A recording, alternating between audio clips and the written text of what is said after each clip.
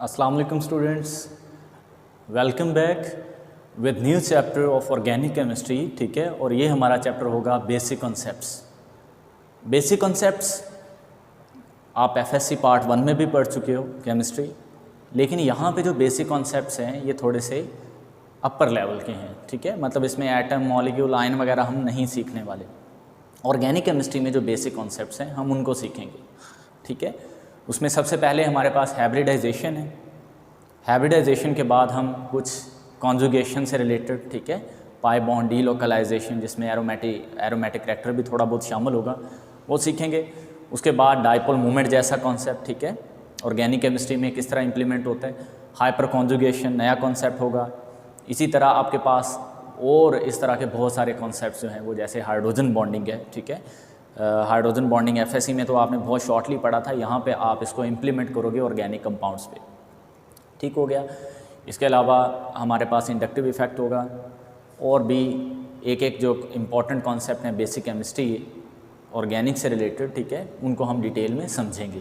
तो आज का जो हमारा आर्टिकल होगा वो होगा हाइब्रिडाइजेशन से रिलेटेड।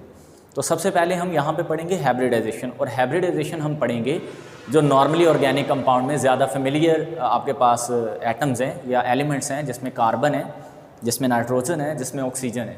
ठीक है, तो इन कंपाउंड्स की हम हाइब्रिडाइजेशन पढ़ेंगे। कार्बन की हाइब्रिडाइजेशन आप एफएससी पार्ट 2 में भी पढ़ चुके हो और 1 में भी, पार्ट 1 और 2 दोनों में। तो शुरू करते हैं बाकायदा तौर पे। तो आज सबसे पहले हमारे पास है इंट्रोडक्शन। तो इंट्रोडक्शन में है ऑर्बिटल। ठीक है, हमारे पास दो तरह के टर्म्स हैं, एक ऑर्बिट जिसको हम शेल बोलते हैं, जिसमें K, L, M, N, जिनको हम प्रिंसिपल क्वांटम नंबर से एक्सप्लेन करते हैं। ठीक है, तो हम उसकी बात नहीं कर रहे, वो 2 डायमेंशनल रीजन है around the nucleus of an atom. हम बात कर रहे हैं यहाँ पे ऑर्बिटल की। ऑर्बिटल बेसिकली 3 डायमेंशनल रीजन है, ये मैंने लिखा भी हुआ है। ठीक है, यू कैन चेक कि ये कौन सा रीजन है, 3 dimensional around the nucleus where the probability of finding electron is maximum, और ये तकरीबन 95% maximum according to Bohr's model. ठीक है, एंड देन हमारे पास श्रोडिंगर जो वेव इक्वेशन है उसके अकॉर्डिंग। ठीक है, तो ऑर्बिटल जो है और ऑर्बिट में दोनों में फ़र्क है। ऑर्बिटल को हम सब शेल भी बोलते हैं। ठीक है, और ये एनर्जी के लिहाज से डिफरेंट होते हैं। मतलब जो हमारे पास ऑर्बिटल्स हैं वो होते हैं S, P, D और F। अब ये जो 4 ऑर्बिटल्स मैंने लिखे हैं S, P, D और F, ये S, P, D, F orbitals energy के लिहाज से डिफरेंट है। तो यहाँ पे जो न्यूक्लियस के सबसे करीब होगा वो S ऑर्बिटल है, तो ये एनर्जी में कम होगा। उसके बाद P ज़्यादा एनर्जी, D उससे हायर एनर्जी लेवल और F उससे हायर एनर्जी लेवल। उसके बाद इनमें नंबर ऑफ इलेक्ट्रॉन्स की थोड़ी सी बात कर लेते हैं। तो जो हमारे पास S ऑर्बिटल है इसमें मैक्सिमम 2 इलेक्ट्रॉन्स आते हैं, ये हमें एजीम्यूथल क्वांटम नंबर से पता चलते हैं। और इसमें हमारे पास मैक्सिमम 6 इलेक्ट्रॉन्स हैं, D में 10 होते हैं और F में 14 इलेक्ट्रॉन्स पाए जाते हैं। ठीक है, और ये S, P, D, F जो ऑर्बिटल्स हैं ये प्रिंसिपल क्वांटम नंबर के लिहाज से भी डिफरेंट हो सकते हैं, यानी 1s ऑर्बिटल भी हो सकता है, 2s, 3s, 4s and so on. इसी तरह P जो है वो 2 से स्टार्ट होता है, 2p भी होता है, 3p, 4p and so on. D भी इसी तरह। एक तो बात आपको ये याद करनी है। फिर इनमें जो इलेक्ट्रॉन्स की फिलिंग होती है उसमें हमारे पास आपने 3 रूल्स पढ़े थे एफएससी पार्ट 1 में, चैप्टर नंबर 5 एटॉमिक स्ट्रक्चर में, कि हमारे पास एक तो होता है ऑफ द प्रिंसिपल, ये आप इनऑर्गेनिक केमिस्ट्री में भी पढ़ोगे। ठीक है, और फिजिकल केमिस्ट्री में भी इसका कॉन्सेप्ट है, फिजिकल केमिस्ट्री में आप इसको डिटेल में पढ़ोगे। ऑफ द प्रिंसिपल क्या होता है कि हम इलेक्ट्रॉन को जो फिल करेंगे ना शेल्स के अंदर, वो उनकी बढ़ती हुई एनर्जी यानी एन की वैल्यू की बुनियाद पे तरतीब देंगे। ये है ऑफ द प्रिंसिपल। दूसरा जो हमारे पास प्रिंसिपल होता है उसको हम बोलते हैं Pauli's exclusion principle. Pauli's exclusion principle ये है, मैं इन वेरी सिंपल वर्ड्स आपको समझा देता हूँ, कि जब भी हम एक ऑर्बिटल में 2 इलेक्ट्रॉन्स लिखते हैं तो उनको हम ऑपोजिट स्पिन से लिखते हैं, यानी उनकी स्पिन ऑपोजिट होती है। तो या इसको आप ऐसे समझ लो, हमारे पास 4 प्रिंसिपल क्वांटम नंबर्स हैं, उनमें से 3 क्वांटम नंबर 2 इलेक्ट्रॉन के लिए सेम हो सकते हैं, लेकिन जो एक चौथा क्वांटम नंबर है जिसको हम स्पिन क्वांटम नंबर कहते हैं वो डिफरेंट होगा। तो चारों क्वांटम नंबर 2 इलेक्ट्रॉन्स के लिए कभी भी सेम नहीं होते। ये था पॉलीज एक्सक्लूजन प्रिंसिपल। इसके बाद आता है हमारे पास हर्ट्ज। ठीक है, हर्ट्ज रूल। हर्ट्ज रूल के मुताबिक जो इलेक्ट्रॉन्स हैं उनको कैसे फिल करना है, ठीक है, ये मैं आपको जब हाइब्रिडाइजेशन करवाऊंगा उसमें बता दूंगा, क्योंकि मुझे उसमें एग्जांपल लेनी पड़ेगी, तो वहाँ पे मैं आपको डिटेल में बताता हूँ। तो थोड़ी सी शेप्स की बात कर लेते हैं ऑर्बिटल्स की, अगर आपको भूल ना गए हों तो, ठीक है। अगर ये हमारे पास सपोज ये एक्स एक्सिस है, दैट इज़ ये वाई है और ये जी है, तो जो हमारा एस ऑर्बिटल है ना, ये स्फेरिकल शेप का होता है, ये 1s होगा। अगर हम 2s लिखेंगे तो ये उससे थोड़ा बड़ा होगा और हायर एनर्जी में होगा, ये 2s होगा, एंड इसी तरह 3s। तो अगर मैं इसको हमारे पास 3 डायमेंशनल जो रीजन है इस पर अगर शो करना चाहूँ तो ये किसी एक एक्सिस पे लाई करेगा, या एक्स एक्सिस पे, या वाई एक्सिस पे, या जी एक्सिस पे। ये सारी चीज़ें आप एफएससी में सीख चुके हो, ठीक है। तो ये हमारे पास 1s ऑर्बिटल होगा, ये हमारे पास 2s ऑर्बिटल होगा, और इससे नेक्स्ट हमारे पास 3s ऑर्बिटल होगा। इसी तरह अगर हम p ऑर्बिटल की बात, तो इसकी शेप स्फेरिकल होती है। p ऑर्बिटल की आपको पता है जो शेप है वो होती है डम्बल, ठीक है। और p जो हैं ये px, py और pz हो सकते हैं। फॉर एग्जांपल हमारे पास px है, या मैं py बना देता हूँ, ठीक है। तो px जो होगा वो x एक्सिस पे लाई करेगा और इसकी शेप यूँ होती है डम्बल ये। तो py जो होगा वो y एक्सिस पे यूँ लाई करेगा। चलो ये z पे मैंने बना दिया, तो ये pz कर लें आप, ठीक है। तो ये इस तरह से। अब हम बात करते हैं d ऑर्बिटल्स की। d ऑर्बिटल्स सॉसेज स्ट्रक्चर के होते हैं, द वर्ड इज सॉसेज। ये d ऑर्बिटल्स की शेप होती है इन d ऑर्बिटल्स की। तो इनको हम बनाते कैसे हैं ज्योमेट्रिकली, वो ज़रा आप देख लें। देखें फॉर एग्जांपल हम कहते हैं हमारे पास dxy है, तो अगर ये हमारे पास y एक्सिस है, ये z एक्सिस है और ये x एक्सिस है, तो हम इसको यूँ बनाएंगे dxy। अब ये जो dxy है ना, ये x और y के दरमियान एग्जिस्ट करता है, ठीक है।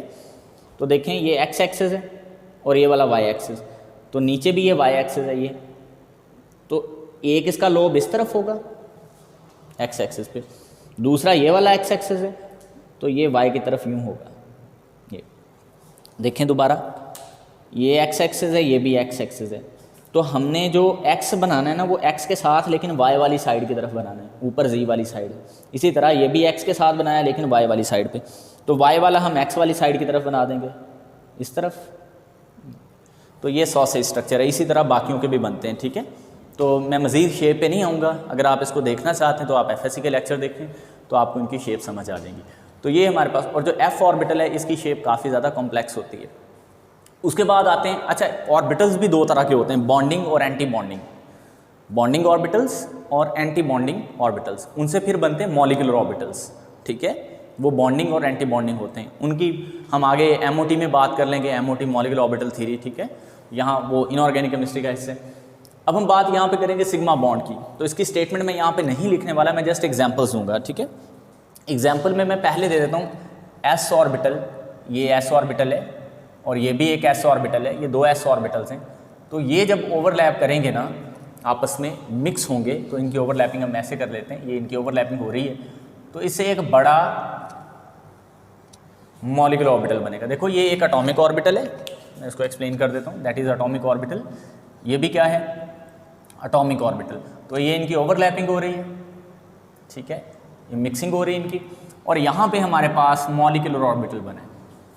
इसको समझने के लिए ना हम वेव्स मैकेनिक का सहारा लेते हैं। क्यों? क्योंकि जो हमारे पास ये वाला सारा कॉन्सेप्ट है ये VBT के अकॉर्डिंग है, और VBT ये मान के चलती है, वैलेंस बॉन्ड थ्योरी, VBT ये मान के चलती है कि इलेक्ट्रॉन वेव हैं, ठीक है। तो वेव मैकेनिकली अगर हम देखें तो एक वेव इस तरह से है, दूसरी वेव, तो एक एटॉमिक ऑर्बिटल में इलेक्ट्रॉन है, दूसरी में भी, तो इलेक्ट्रॉन का करैक्टर वेव जैसा है। तो ये दोनों वेव्स जब आपस में इंटरमिक्स होंगी, ठीक है, तो इनसे हमें एक हायर एम्पलीट्यूड की वेव मिलेगी। तो ये जो हायर एम्पलीट्यूड की वेव मिली है इसको हम मॉलिक्यूलर ऑर्बिटल कहते हैं, ठीक हो गया। इलेक्ट्रॉन्स के ओवरलैपिंग से बनते हैं। और बॉन्ड वो ऑर्बिटल्स बनाएंगे जो हाफ फील्ड होते हैं या पार्शियली फील्ड होते हैं। हाफ फील्ड का मतलब एक ऑर्बिटल में मैक्सिमम 2 इलेक्ट्रॉन्स होते हैं। फॉर एग्जांपल आप यहाँ पे सोचेंगे P में तो टोटल 6 इलेक्ट्रॉन है, तो इसका मतलब मैं गलत कह रहा हूँ? तो आंसर है नहीं। P जो है इसके 3 ओरिएंटेशंस हैं, और Px, Py और Pz। Px में भी 2 इलेक्ट्रॉन, Py में भी 2 इलेक्ट्रॉन एंड Pz में भी 2 इलेक्ट्रॉन होंगे। तो हर ऑर्बिटल में मैक्सिमम 2 इलेक्ट्रॉन्स होते हैं। तो हाफ फील्ड या पार्शियली फील्ड हम इसको कहते हैं। अगर हाफ फील्ड है तो इसका मतलब वो पार्शियली फील्ड है, ठीक है, यानी उसमें आधे या खाली हो सकते हैं। एम्प्टी ऑर्बिटल भी ओवरलैप करते हैं, ये भी याद रखना आप, ठीक है, वो हम इनऑर्गेनिक केमिस्ट्री में पढ़ेंगे। हाफ फिल्ड ऑर्बिटल्स ओवरलैप करते हैं, तो इसका मतलब यहाँ पे ये हाफ फिल्ड ऑर्बिटल थे, इन्होंने ओवरलैप किया, इससे सिग्मा बॉन्ड बन गया। सिग्मा बॉन्ड क्या होता है? जब दो एटॉमिक ऑर्बिटल्स इस तरह से ओवरलैप करते हैं, देखो ये इसका सेंटर है ऑर्बिटल का, ये भी सेंटर है, तो ये जब इस तरह से ओवरलैप करेंगे कि जो इलेक्ट्रॉन की पाए जाने की एबिलिटी है या प्रोबेबिलिटी है वो इन्हीं न्यूक्लियाई के दरमियान होगी। यानी ये जो line of joining two nuclei of two orbitals, ये एक न्यूक्लियस का एक ऑर्बिटल का न्यूक्लियस ये वाला है, दूसरे ऑर्बिटल का न्यूक्लियस ये वाला है, तो इलेक्ट्रॉन की प्रोबेबिलिटी से ऊपर या नीचे नहीं होने वाली, बल्कि इसी लाइन के ऊपर होगी, इसी लाइन के ऊपर। तो ऐसे बॉन्ड को हम क्या बोलते हैं? सिग्मा बॉन्ड, ठीक है। The bond which is form due to the overlapping of partially filled atomic orbitals such way that the probability of finding electron is maximum to the line joining of two nuclei। ये आपने याद कर लेना, ये हम इसको कहते हैं हेड ऑन न्यूक्लियन से बनने वाला बॉन्ड सिग्मा बॉन्ड होता है। ये भी तो ये वेव मैकेनिक मॉडल है कि दो वेव्स यानी एटॉमिक ऑर्बिटल्स में जो इलेक्ट्रॉन्स है वो मिक्स होते हैं और उसे एक हायर एम्पलीट्यूड की यानी मैक्सिमम एम्पलीट्यूड की वेव मिलती है, इसको हम मॉलिक्यूलर ऑर्बिटल कहते हैं। जो सिग्मा बॉन्ड है, याद रहे, सिग्मा बॉन्ड एस और एस ऑर्बिटल का बनता है। इसके बाद ये एस और पी ऑर्बिटल का भी बन सकते हैं, ठीक है। अगर हम यहाँ पे ये देखें कि क्या एस और पी ऑर्बिटल का भी सिग्मा बॉन्ड बन सकता है, तो आंसर है यस, बन सकता है। कैसे बनेगा देख लें। ये हमारे पास एस ऑर्बिटल है, पी ऑर्बिटल इस तरह डम्बल शेप का होता है, ठीक है, तो पी एक्स हो सकता है, पी वाई, कुछ भी। तो ये जब ओवरलैप करेंगे इस तरह, तो इनसे जो रिजल्टेंट मिलेगा हमें वो कुछ यूँ होगा, इस शेप का। ये थोड़ा साइज़ में छोटा बना दिया मैंने, जगह कम थी, तो ये हमारे पास सिग्मा बॉन्ड है। इसी तरह पी और पी ऑर्बिटल भी सिग्मा बॉन्ड बना सकते हैं, वो मैं नीचे यहाँ पे बना के दिखा देता हूँ। पी और पी ऑर्बिटल्स भी जो हैं वो सिग्मा बॉन्ड बना सकते हैं। तो ये एक पी ऑर्बिटल है, ये दूसरा पी ऑर्बिटल है, ठीक है। तो ये जब मिक्स होंगे, मिक्सिंग आप खुद देख लेना, तो इससे इस तरह की हमें मैक्सिमम वेव मिलेगी। इसको भी हम मॉलिक्यूलर ऑर्बिटल बोलते हैं, ठीक है। तो ये होगा सिग्मा पी, ये फिर था सिग्मा एस पी, यानी ये एस और पी की ओवरलैपिंग से बना है, और ये पी और पी की। इसमें एग्जांपल्स भी हैं, ये कहाँ कहाँ बनते हैं, ठीक है, वो मैं एग्जांपल यहाँ पे मेंशन नहीं कर रहा, लेकिन ये आप पहले पढ़ चुके हो सारा कुछ, ठीक है। ये सिर्फ इंट्रो में आपको बता रहा हूँ। इसके बाद नेक्स्ट हमारे पास है, तो अब हमें यहाँ पे एक बात सीखने को मिल गई कि सिग्मा जो बॉन्ड है वो एस और एस, एस और पी और पी तीनों के दरमियान बन सकता है। लेकिन जो पाई बॉन्ड है, याद रहे, पाई बॉन्ड तब बनेगा जब हमारे पास सिर्फ पी और पी ऑर्बिटल ओवरलैप करते हैं, ठीक है। ये एस और पी का नहीं बनता, एस और एस का नहीं बनता। एक और बात याद रखिएगा सिग्मा बॉन्ड से पाई बॉन्ड से रिलेटेड, सिग्मा बॉन्ड के बनने के बाद पाई बॉन्ड बनते हैं। तो पहले सिग्मा बॉन्ड बनेगा, उसके बाद पाई बॉन्ड। ये नहीं होता कि पहले पाई बॉन्ड बन जाए बाद में सिग्मा बॉन्ड बने, ठीक है। तो इसमें क्या होगा, अभी मैंने बताया इस तरह, ठीक है। तो दो एटॉमिक ऑर्बिटल इस तरह ओवरलैप करेंगे जैसे कोई चीज़ एक्लिप्स्ड होती है, यानी ये हेड ऑन न्यूक्लियन नहीं है, this is not head on nucleon, ठीक है। ये ऐसे जैसे ये ब्लू पॉइंटर है, तो इसके पीछे यूँ रेड पॉइंटर आ जाए, फिर इनकी दोनों की आपस में इन्फ्लुएंस हो जाए यूँ ऊपर से और नीचे से। मैं फिर रिपीट कर देता हूँ, ये ब्लू पॉइंटर है, ये एक ऑर्बिटल समझ लो, इसके पीछे एक ऑर्बिटल आ जाए, और फिर अगर इस एंगल से इसको देखा जाए तो ऊपर वाले और नीचे वाले हिस्से से इनकी इलेक्ट्रॉन्स की इन्फ्लुएंस हो जाए, तो इस तरह के बॉन्ड को हम बोलते हैं पाई बॉन्ड। तो ये वाला बॉन्ड निस्बतन वीक बॉन्ड है as compare to sigma bond, और यहाँ पे जो इलेक्ट्रॉन की प्रोबेबिलिटी है वो लाइन के ऊपर नहीं है, line joining of two nuclei पे नहीं है, क्योंकि न्यूक्लियाई तो दो ऑर्बिटल्स के यहाँ पे हैं। लेकिन जो इलेक्ट्रॉन की प्रोबेबिलिटी है वो अब डिस्ट्रीब्यूट हो चुकी है, आधी ऊपर है और आधी नीचे, यानी perpendicular to the line joining of two nuclei, ऊपर और नीचे। और ये आपके पास हेड ऑन न्यूक्लियन, यूं हेड ऑन न्यूक्लियन से बॉन्ड नहीं बनता, बल्कि पैरेलल ओवरलैपिंग से बनता है, ठीक है। इसलिए ये बॉन्ड वीक है, क्योंकि आधे इलेक्ट्रॉन ऊपर है, आधे इलेक्ट्रॉन नीचे हैं, तो ये उतना बॉन्ड स्ट्रॉन्ग नहीं बन पाता, ठीक है। तो ये आपके पास पाई बॉन्ड, और याद रखना पाई बॉन्ड सिर्फ पी और पी ऑर्बिटल्स का बनेगा। तो ये थी हमारे पास सिग्मा और पाई बॉन्ड के रेलिवेंट चीज़ें, ठीक है, और इससे रिलेटेड जो कॉन्सेप्ट था। अब हम आते हैं हाइब्रिडाइजेशन पे। यहाँ पे मैंने लिखा हुआ है व्हाई वी नीड हाइब्रिडाइजेशन, यानी हमें हाइब्रिडाइजेशन की ज़रूरत क्यों है। एक बात और याद रखना, जो वीबीटी है ना, वैलेंस बॉन्ड थ्योरी, वो बहुत सारी जगहों पे आके फेल हो जाती है मॉलिक्यूल्स को एक्सप्लेन करने में। तो वीबीटी के बाद फिर हमने हाइब्रिडाइजेशन के कॉन्सेप्ट को घड़ा, ठीक है, यानी हमसे खुद से बनाया ताकि हम मॉलिक्यूल्स की ज्योमेट्री और उनके स्ट्रक्चर्स को एक्सप्लेन कर सकें।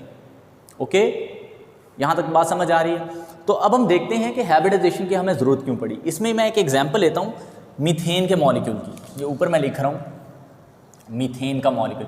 इससे आप अंडरस्टैंड करोगे कि हमें हाइब्रिडाइजेशन की ज़रूरत क्यों पड़ी है, ठीक है। तो पहले मैं इसको मीथेन के मॉलिक्यूल को वीबीटी से एक्सप्लेन करता हूँ। कौन सी थ्योरी से?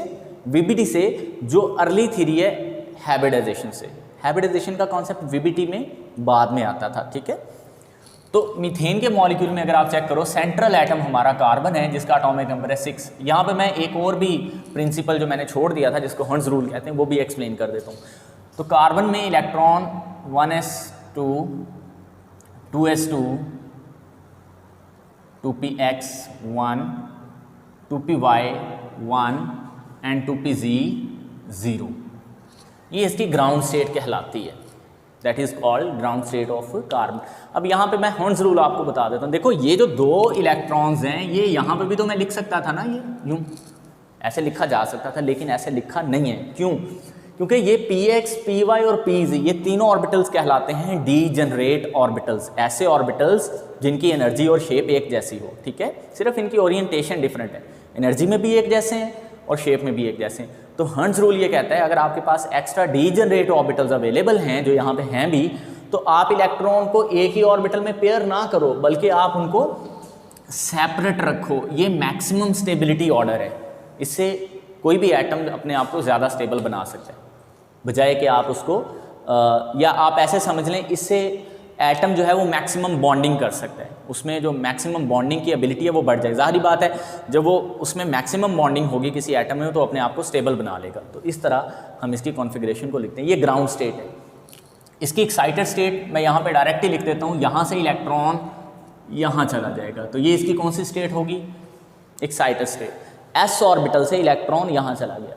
कुछ स्टूडेंट्स सोचते हैं क्या ये 1s से भी जा सकता है? तो आंसर है नहीं, क्योंकि ये वाला जो 1s है ये इनर्ट इलेक्ट्रॉन है, ठीक है, के शेल में आते हैं, तो ये बॉन्डिंग में हिस्सा नहीं लेते, ठीक है। सिर्फ 2s में से इलेक्ट्रॉन जाएगा। अब अगली बात करते हैं।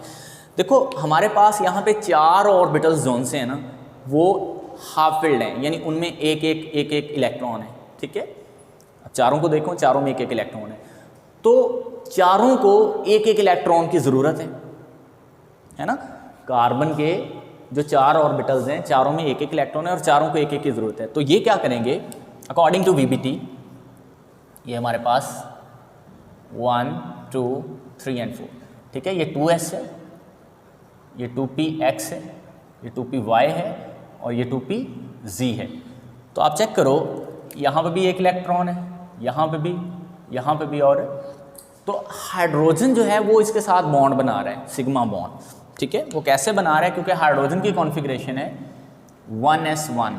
तो हाइड्रोजन का जो 1s ऑर्बिटल है, यही इसका वैलेंस शेल का ऑर्बिटल है और इसको भी एक इलेक्ट्रॉन की ज़रूरत है। तो वो यहाँ भी ओवरलैप करेगा आके, तो s और s का बॉन्ड बनेगा। यहाँ भी ओवरलैप करेगा, ये s और p का बॉन्ड बनेगा।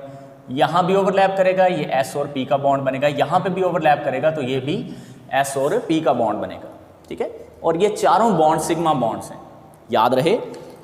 यहाँ पे s ने, यहाँ चारों जगहों पे कार्बन के s, px, py और pz ऑर्बिटल्स के साथ, चारों कार्बन के ऑर्बिटल्स के साथ s ऑर्बिटल जो हाइड्रोजन का था ओवरलैप करके 4 बॉन्ड बना रहे हैं और चारों सिग्मा है। एक बॉन्ड ss से, एक sp से, एक sp और एक, यानी 3 बॉन्ड हमें इसमें सेम नज़र आ रहे हैं, ये वाले, और चौथा बॉन्ड जो है वो हमें यहाँ पे डिफरेंट नज़र आ रहे हैं अकॉर्डिंग टू दिस वीबीटी। सही हो गया। लेकिन प्रॉब्लम क्या थी? अब वीबीटी हमें कह रही है कि 3 कार्बन के बॉन्ड एक जैसे हैं हाइड्रोजन के साथ, और चौथा बॉन्ड जो है वो डिफरेंट है एनर्जी में और वैसे भी, ठीक है, नोयत में भी। यानी इन तीनों बॉन्ड्स को तोड़ने के लिए एक एनर्जी रिक्वायर्ड है, बॉन्ड लेंथ भी सेम है, इसकी बॉन्ड लेंथ भी डिफरेंट है, एनर्जी भी। ये हमें बताती है वीबीटी।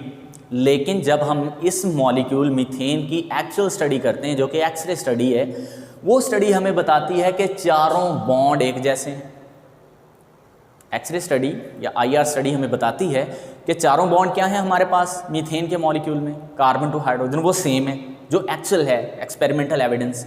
लेकिन जो हम VBT से अपनी तरफ से बना रहे थे वो हमने देखा कि 3 बॉन्ड एक जैसे हैं, चौथा बॉन्ड डिफरेंट है क्योंकि ये S और S की ओवरलैपिंग से। तो ये एक प्रॉब्लम थी। इस प्रॉब्लम को रिजॉल्व करने के लिए हमने एक इसमें नया कॉन्सेप्ट बनाया जिसको हम बोलते हैं हाइब्रिडाइजेशन। तो आइए हम हाइब्रिडाइजेशन को समझते हैं। लेकिन इसमें एक और चीज़ है, देखो हमने कहा था इलेक्ट्रॉन एक्साइटेड हो गया, यहाँ से जंप करके यहाँ चला गया।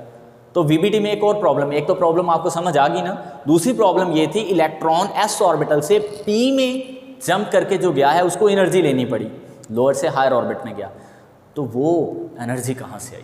तो देयर आर 2 क्वेश्चन राइजेस, ठीक है। वन इज़ के चौथा बॉन्ड जो था वो डिफरेंट नज़र आ रहा था हमें VBT से, लेकिन एक्चुअल स्टडी बताती है चारों बॉन्ड सेम है, एक प्रॉब्लम। दूसरी प्रॉब्लम जो S ऑर्बिटल से इलेक्ट्रॉन जंप करके P में चला गया, वो इलेक्ट्रॉन क्यों चला गया और वो एनर्जी कहाँ से आई। तो इन दोनों बातों का जवाब हम देंगे हाइब्रिडाइजेशन में। तो अब आपको पता चल जाना चाहिए कि हमें हाइब्रिडाइजेशन की ज़रूरत क्यों पड़ी थी, ठीक है। चलें जी शुरू करते हैं। देखें अब जो हाइब्रिडाइजेशन अप्रोच है ना वो थोड़ी डिफरेंट है। वो क्या है, वो ये है कि अगर कार्बन के जो एक्साइटेड ऑर्बिटल के इलेक्ट्रॉन हैं वो यूँ पड़े हुए हैं 2s1, 2px1, 2py1 and 2pz1, ये इसकी एक्साइटेड स्टेट है जैसे कि मैंने ऊपर भी बनाई है। तो हाइब्रिडाइजेशन अप्रोच बताती है कि डायरेक्टली इन पे ओवरलैपिंग नहीं होगी, इन 4 ऑर्बिटल्स पे हाइड्रोजन की आके डायरेक्टली ओवरलैपिंग नहीं होगी, बल्कि ये चारों ऑर्बिटल्स पहले मिक्स होंगे जिसको हम हाइब्रिडाइजेशन का नाम देते हैं। अब वो मिक्स कैसे होंगे वो ज़रा देख लें आप, कि चारों ऑर्बिटल्स पहले होंगे इंटरमिक्स। अब इंटरमिक्स कैसे होंगे, चारों में एक एक इलेक्ट्रॉन है। तो पहले इसका नाम था, अभी इसका नाम हमने रखा हुआ था 2s, इसका नाम था 2px, इसका नाम था 2py, इसका नाम था 2pz। लेकिन ये तो बिफोर हाइब्रिडाइजेशन थे ना, तो जब इनकी हाइब्रिडाइजेशन हो जाएगी तो अब इनके नाम ये वाले नहीं रहेंगे, बल्कि इसका नाम बन जाएगा sp3, इसका भी और इसका भी।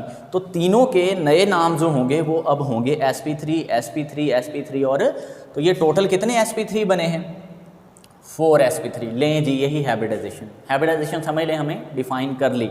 देखो क्या लिखेंगे, जब डिफरेंट एटॉमिक ऑर्बिटल्स, ये डिफरेंट था, ये तीनों एक जैसे थे, तो इसका मतलब ओवरऑल ये डिफरेंट हुए, ओरिएंटेशन के लिहाज से ये भी डिफरेंट है। तो जब डिफरेंट एटॉमिक ऑर्बिटल आपस में मिक्स होते हैं तो उससे नए ऑर्बिटल्स बनते हैं जो हाइब्रिड होते हैं। वो हाइब्रिड कैसे होते हैं, उनकी शेप और एनर्जी सेम होती है। अब ये जो चारों ऑर्बिटल्स है ना, इनकी शेप चारों की सेम होगी। पहले एक ऑर्बिटल की शेप डिफरेंट थी, ये स्फेरिकल था, ये तीनों डंबल थे। लेकिन अब जो sp3 बने हैं ना, इन चारों की शेप और एनर्जी ये 2 चीज़ें सेम होंगी। मैं लिख देता हूँ यहाँ पे, इनकी शेप और एनर्जी जो पहले डिफरेंट थी वो अब क्या होगी, सेम होगी। ये है concept of hybridization, when different atomic orbitals of different energy and shape intermix and give new hybrid orbitals with the same energy and shape is known hybridization process। और hybridization process में different तरह की hybridization है। अभी तक आपने जो पढ़ी थी वो sp थी, sp2 थी और sp3 थी, इससे ज़्यादा भी हैं, वो भी हम आगे चल के पढ़ेंगे। तो यहाँ पे जो हाइब्रिडाइजेशन है वो है sp3। तो sp3 को हम यूँ डिफाइन करेंगे, जब एक s ऑर्बिटल और 3 p ऑर्बिटल्स आपस में मिक्स होकर 4 नए हाइब्रिड ऑर्बिटल दें जिनकी शेप और एनर्जी सेम हो, तो इस तरह के हाइब्रिडाइजेशन को नाम देते हैं हम sp3 का। लेकिन मेरे क्वेश्चन तो वहीं पे बाकी हैं अभी, वो क्वेश्चन का जवाब तो हमें नहीं मिला। वो क्वेश्चंस क्या थे कि एक बॉन्ड डिफरेंट था अकॉर्डिंग टू VBT, एक बॉन्ड डिफरेंट था अकॉर्डिंग टू VBT, लेकिन हमारी IR या एक्सरे स्टडी बताती है चारों बॉन्ड एक जैसे हैं। ये क्वेश्चन अभी भी वहीं पे बाकी है। दूसरा ये क्वेश्चन था कि ये S से इलेक्ट्रॉन P में कैसे चला गया एनर्जी लेके, वो एनर्जी कहाँ से आई। तो पहले मैं एनर्जी वाला आपको जवाब देता हूँ। देखो हाइब्रिडाइजेशन जो प्रोसेस है ना, ये एक इंटरमिक्सिंग प्रोसेस है, मतलब इसमें ऑर्बिटल्स मिक्स होते हैं, इसको हम बोलेंगे फॉर्मेशन प्रोसेस है। तो जब भी किसी चीज़ की फॉर्मेशन होती है ना, इसका मतलब ये है कि उसमें से एनर्जी खारिज होगी। तो ये एक बॉन्डिंग प्रोसेस है, इसमें एनर्जी क्या होगी, खारिज, और वही एनर्जी इस इलेक्ट्रॉन को यहाँ से यहाँ ले जाने में यूज़ हुई थी। तो एनर्जी वाला मसला हमारा ख़त्म। लेकिन क्वेश्चन ये है, क्या एक्साइटमेंट पहले हुई है या हाइब्रिडाइजेशन? तो आंसर विल बी दोनों साइमल्टेनियस प्रोसेस हैं। जैसे जैसे हाइब्रिडाइजेशन प्रोसेस हो रहा होता है वैसे वैसे एक्साइटमेंट हो रही होती है, या जैसे जैसे एक्साइटमेंट ऑफ इलेक्ट्रॉन हो रही होती है वैसे वैसे हाइब्रिडाइजेशन प्रोसेस हो रहा है। तो दोनों साइमल्टेनियस प्रोसेस है। एक क्वेश्चन का जवाब बाकी है, वो ये कि चारों बॉन्ड एक जैसे कैसे आए। अब उसका जवाब देते हैं, वो हम यहाँ पे लिख लेते हैं उनको, ठीक है। तो हाइब्रिडाइजेशन अप्रोच वीबीटी अप्रोच से थोड़ी ज़्यादा बेटर है, और इससे हम मॉलिक्यूल्स को बहुत अच्छे से एक्सप्लेन कर लेते हैं, उनके स्ट्रक्चर, ज्योमेट्री, ठीक है, उनके टाइप्स ऑफ बॉन्ड्स को। तो देखें जी, हमारे पास एक s ऑर्बिटल था, 3 p ऑर्बिटल थे, ठीक है।